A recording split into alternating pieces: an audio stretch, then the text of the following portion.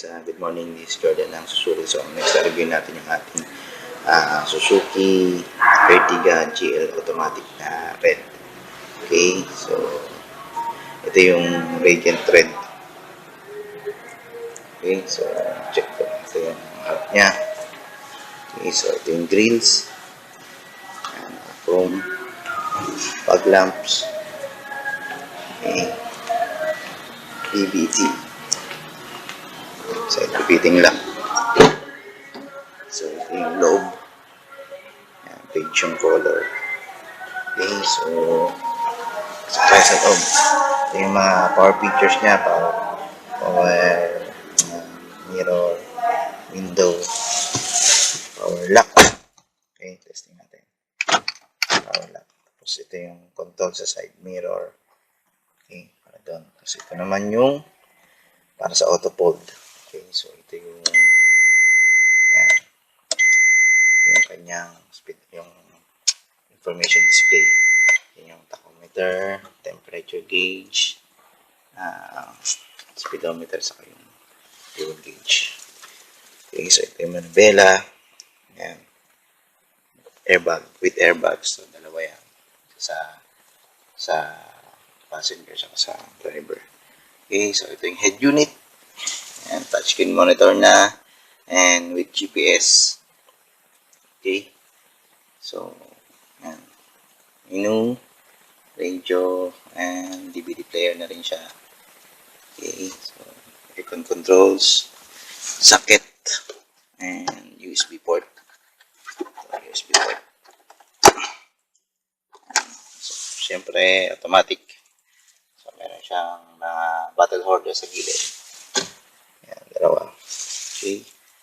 So, ayan. So, ito yung tsura sa likod. So, guys, medyo tinupi ko yung lahat ng nasa likod. Kaya makikita natin na yung luwag niya kapag nakatupi lahat yung likod. Kasi may nag-request sa akin na isang client na para makita niya daw yung kabuuan ng likod. Kung ano yung tsura, kung gaano kaluwag. Okay, so dyan makikita niyo. Mamaya pupunta ako sa likod. Okay, so ilaw. Yan. Baba.